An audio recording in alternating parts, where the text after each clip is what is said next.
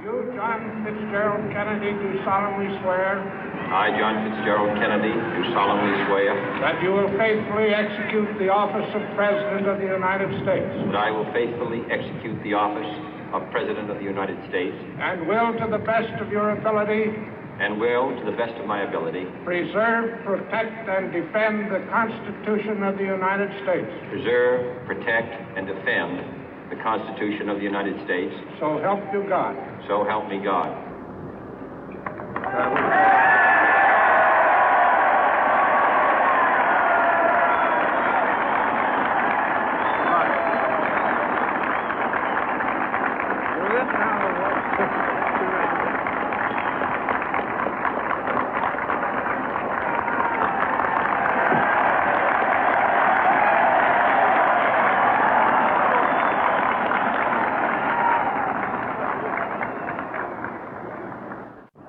Vice President Johnson, Mr. Speaker, Mr. Chief Justice, President Eisenhower, Vice President Nixon, President Truman, Reverend clergy, fellow citizens.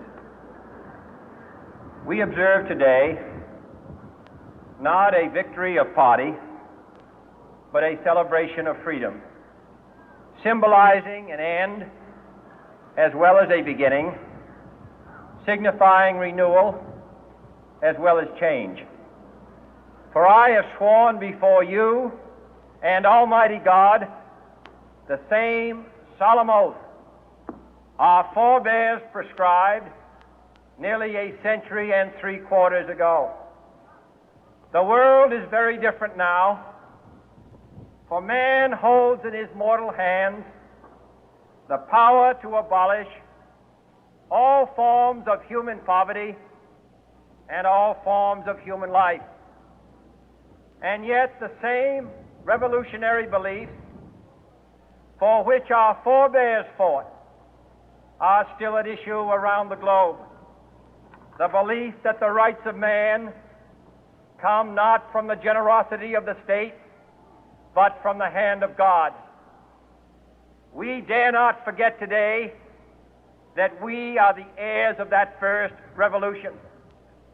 Let the word go forth from this time and place to friend and foe alike that the torch has been passed to a new generation of Americans born in this century, tempered by war, disciplined by a hard and bitter peace, proud of our ancient heritage, and unwilling to witness or permit the slow undoing of those human rights to which this nation has always been committed and to which we are committed today at home and around the world.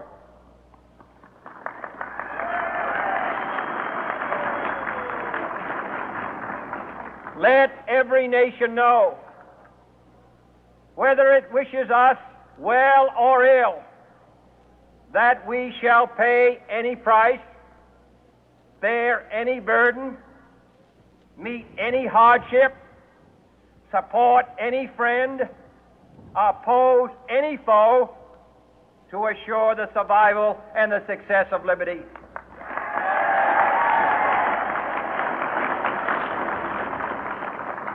This much we pledge and more. To those old allies whose cultural and spiritual origins we share, we pledge the loyalty of faithful friends. United, there is little we cannot do in a host of cooperative ventures. Divided, there is little we can do, for we dare not meet a powerful challenge at odds and split asunder.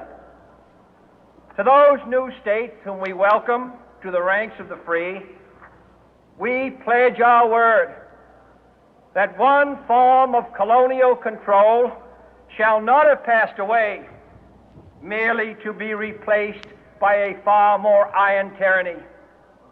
We shall not always expect to find them supporting our view, but we shall always hope to find them strongly supporting their own freedom, and to remember that in the past, those who foolishly sought power by riding the back of the tiger ended up inside.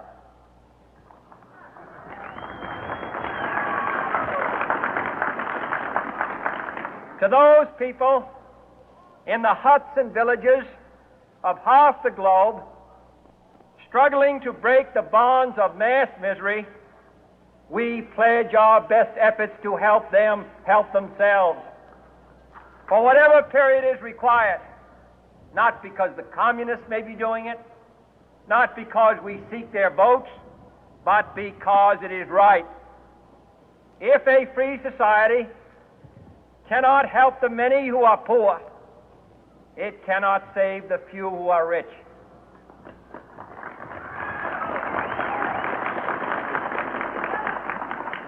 To our sister republics south of our border, we offer a special pledge to convert our good words into good deeds, in a new alliance for progress, to assist free men and free governments in casting off the chains of poverty.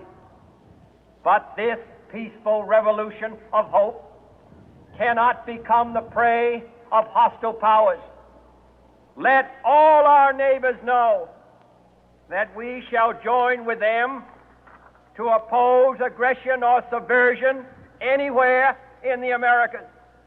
And let every other power know that this hemisphere intends to remain the master of its own house.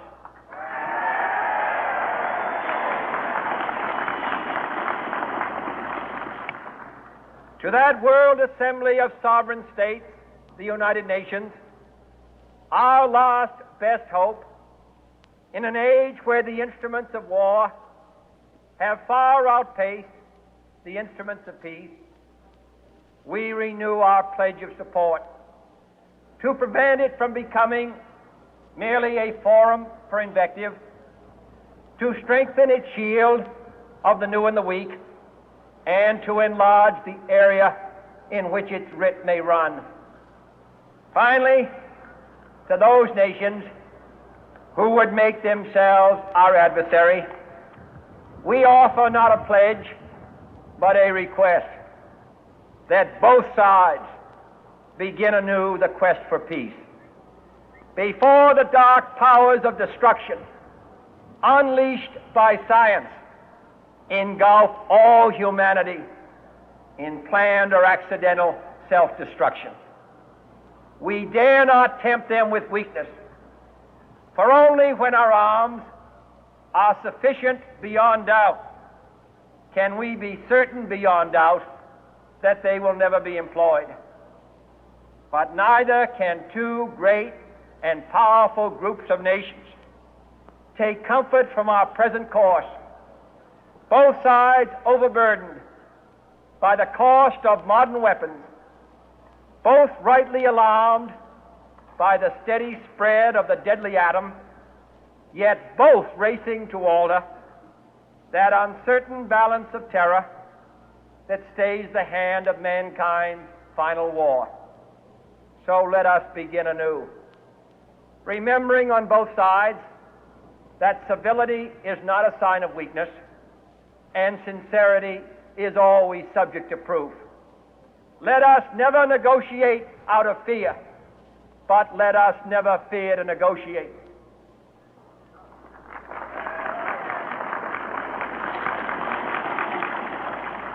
Let both sides explore what problems unite us, instead of belaboring those problems which divide us.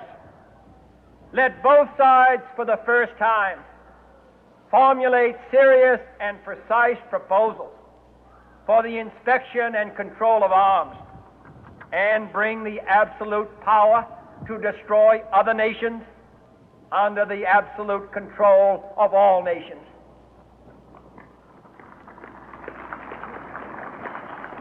Let both sides seek to invoke the wonders of science instead of its terrors.